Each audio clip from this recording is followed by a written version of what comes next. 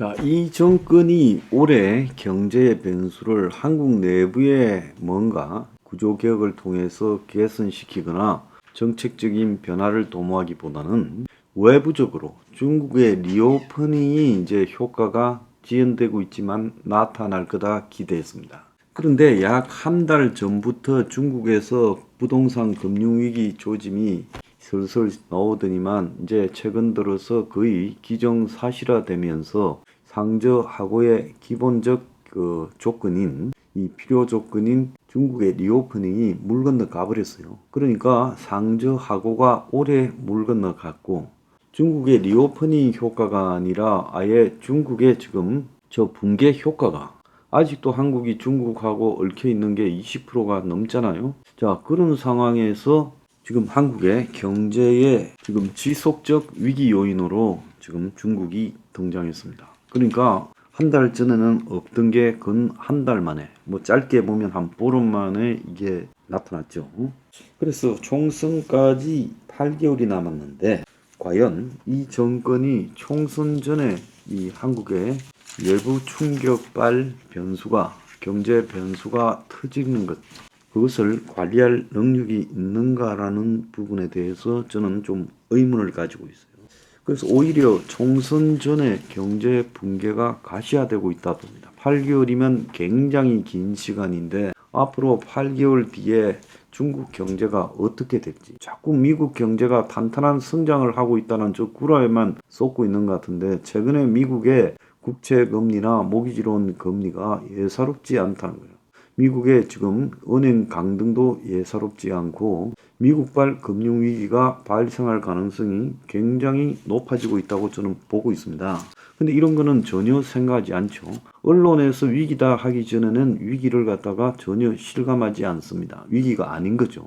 그리고는 은행이 이제 언론에서 위기다라고 하면 관리 가능하다, 예의주시한다라고 말을 하고 있어요. 자, 총선 전에 만약에 경제 붕괴가 시작되면 수습이 불가능할 겁니다. 민심이요. 이 총선에 대참패하고 정권에 아주 불행한 일이 올 수도 있어요. 저는 그런 일을 기대하고 바라고 부채질하는 게 아니라 정권이 어떻게 되고를 떠나서 이런 일이 발생했을 때 국민이 겪어야 될 고통이 엄청난다는 겁니다. 자, 그러면 이 현실을 갖다가 제대로 이렇게 봐야 되는데 지금 이 나라의 권력자부터 신자유주의의 마지막 추종자 역할을 하고 있어요. 그야말로 이 본류에서는 신자유주의가 사라진 지 오래됐어요. 신자유주의 본류가 미국이잖아요. 그런데 저놈 변두리 한국에서 신자유주의를 마지막으로 추종하고 있는 게 이것이 지금 옳은 것이냐. 이 와중에 부채를 늘려가는 행동을 정부가 한 것이냐, 기업이 한 것이냐, 은행이 한 것이냐, 가게가 한 것이냐. 정부가 했죠. 그래서 역행하고 있다라고 저는 보는 겁니다. 그래서 IMF 때 김영삼 정권의 관리 능력, 그 전에 보면 96년 총선에서 김영삼 정권이 승리를 했죠. 자, 그래서 김영삼 정권이 96년 총선에서 여러 가지 조건이 안 좋았는데도 과감한 물갈이와 개혁을 해서 총선에 승리했어요. 그러니까 정치에 가난한 김영삼이 거의 달인의 경지에 올라 있었는데 근데 경제라는 부분에서는 전혀 모르는 분야이기 때문에 아무리 정치 달인도 경제에서는 별 손을 끄지 못하는 일이 왔다는 겁니다. 자, 이창용 한국은행 총재가 엊그제 기재위 전체 회의에서 가계부채 GDP 100% 이하로 관리하는 게 경제정책의 1순위다. 정부와 하는 공감대가 있다. 그러면서 부동산 연착륙 위한 미시적 정책을 환수해야 이렇게 말을 합니다. 자, 대한민국의 국민들한테 부동산 연착륙 위한 미시적 정책을 환수해야 된다는 말이 무슨 말인지 알아듣는지 아는 사람 이렇게 답해보라 하면 100명 중에 99명은 무슨 말인지 모르겠다고 이야기할 거예요. 한국은행 총재가 이렇게 말장난을 하면 안 되고 직설적으로 가계부채를 늘리고 있는 행동을 갖다가 다 철회해야 된다. 이렇게 말을 해야죠. 자, 이창용이는 최근 속도로 가계대출이 늘어나면 문제가 있다는데 정부와 한국은행이 공감대를 갖고 가계부채를 GDP 100% 이하로 관리하겠다면서 부동산 시장 연착륙을 위한 미시적 정책들이 효과를 냈다며 이제 연착륙 지원 정책을 환수할 때다. 그러니까 부동산 가격이 폭락하지 않도록 보금자리, 특례 보금자리 론 등을 통해 가지고 또 전세 대출, 전세 상환금 대출 등을 통해서 미시적 정책을 해서 추락하는 것을 막았기 때문에 이제 가계부채를 늘리는, 즉 집사라고 가계부채를 늘리는 이 대출 규제 완화를 철회할 때다라고 말을 하고 있어요. 자, 이 내용을 좀 보면요. 오늘 아침에도 이런 게 좀 나오죠. 서울 전세 경신 10집 중에 4집이 역전세, 평균 1.20 내줬다. 기존 세입자와 경신 2만 한 7,400여 건이 있는데 그 중에 41%가 보증금을 돌려줬는데 돌려준 돈이 5억 이상인 경우도 86건이다. 이렇게 나오고 있어요. 또 한편으로 당국이 장려한 50년 주담대, 즉 50년 만기 주택담보대출이 빚주범이라니 은행 혼란, 금융권 당국의 오락가락 행보 비판, 가계빚 급증 주범, 50년 만기 주담대 줄줄이 중단, 판매 은행들은 가입 연령 제한, 일각에서는 사라지기 전에 가입 독려, 최근 가계빚 급증 더 큰 요인은 부동산 시장 회복세 탓이다. 비판 나와. 그래서 정부가 오락가락 했다라는 것은 지금 은행 입에서도 나오고 있는 거예요. 금리 상승기에 취약차주를 보호해야 된다. 즉 돈을 빌려서 집 사는 사람을 보호한다고 50년 만기 주택담보대출을 만들었는데 이제 정부가 가계부채가 늘어나는 것을 방지하기 위해 이걸 갖다가 못하게 하니까 지금 은행들이 입이 튀어나와서 하라고 할 때는 언제고 이제 와서 못하게 하느냐. 그래서 최근에 50년 만기 주담대를 철회하는 것은 DSR 규제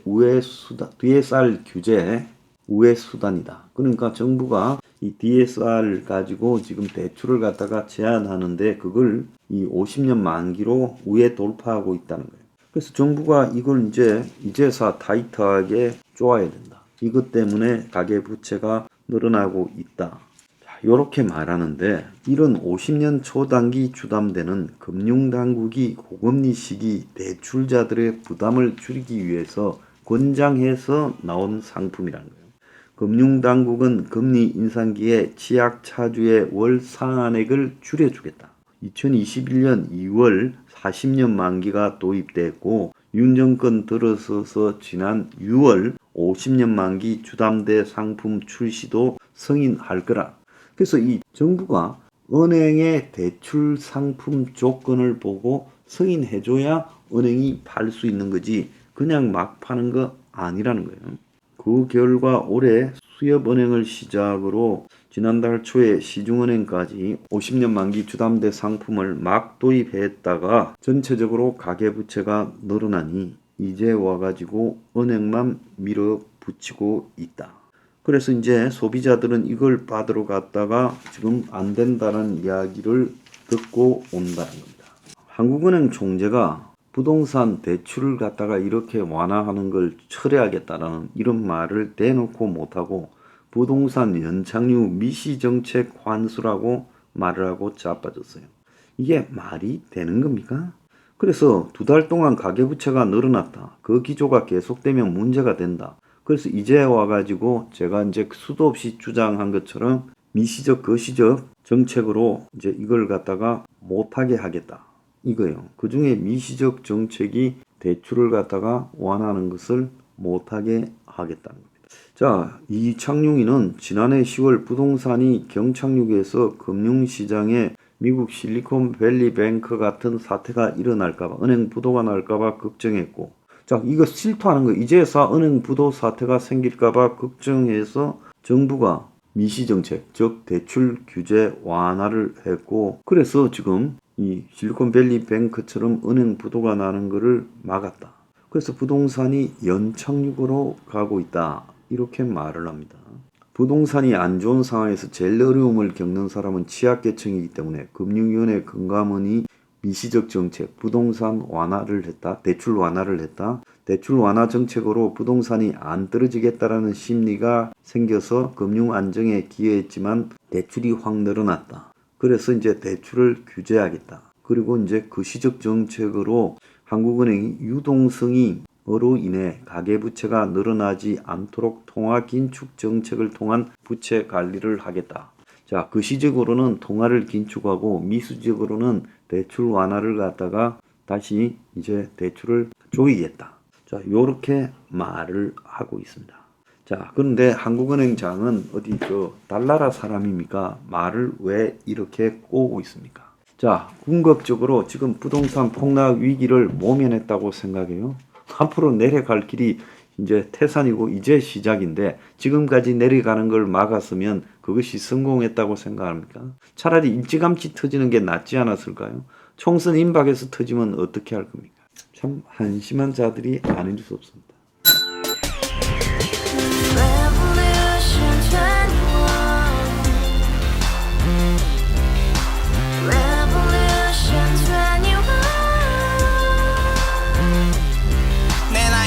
월세 30 코인빚만 300 서울에 온지 벌써 10년 아둥바둥 버텼지만 여전히 난 반지 하에 제왕 곰팡이 연문제약 내비랑 깡통망통 완전히 폭망 90원 창문만큼 작아진 내 꿈 연애 결혼 내 집 모든 게 헛꿈 1년 전 떠난 여친 울며 말했지 같이 써봤자 평생 가본 게 꼭꼭꼭라지 가바후스 700 나도 소유주 가바후스 700 나의 소유주 택시기사 우라부지 마트캐셔 울어무니 우리 집안 다 털어봤자 후줄 그래 개선민 내 미래 거기서 팍 끝난 거지 팍더 이상 노력 따윈 괴물이 스펙 찾아 싼말리 비오는 날 알바 잘려 맨날 학원 날 개쳐 발려 밤비 내리는 양화대교 홀로 걷고 있을 때 현수막에 아로 새겨진 평당 700짜리 아파트 다같이 소리 질러 혁명 21 가바후스 700 나도 소유주 가바후스 700 나의 소유주 You and I, we live together in the house, brand new day, and your dream had just begun. Revolution 21, only hope and happiness. 너의 곁에 내가 영원히 지금까지 정치인들 입만 열면 찝찝찝 개소리 멍멍멍 쳤다 하면 뻥 잘난 부모 만나 잘난 학교 나오면 뭐하나 우동살이 꽉 찬 대가리 깡통 소리 통통 저 푸른 조원이의 그림 같은 집을 짓고 평상 4천 팔면 뭐해 평생 살 수 없는 집 내 미래 내 꿈 희망 퀸 살아나는 집 우리의 미래 혁명 21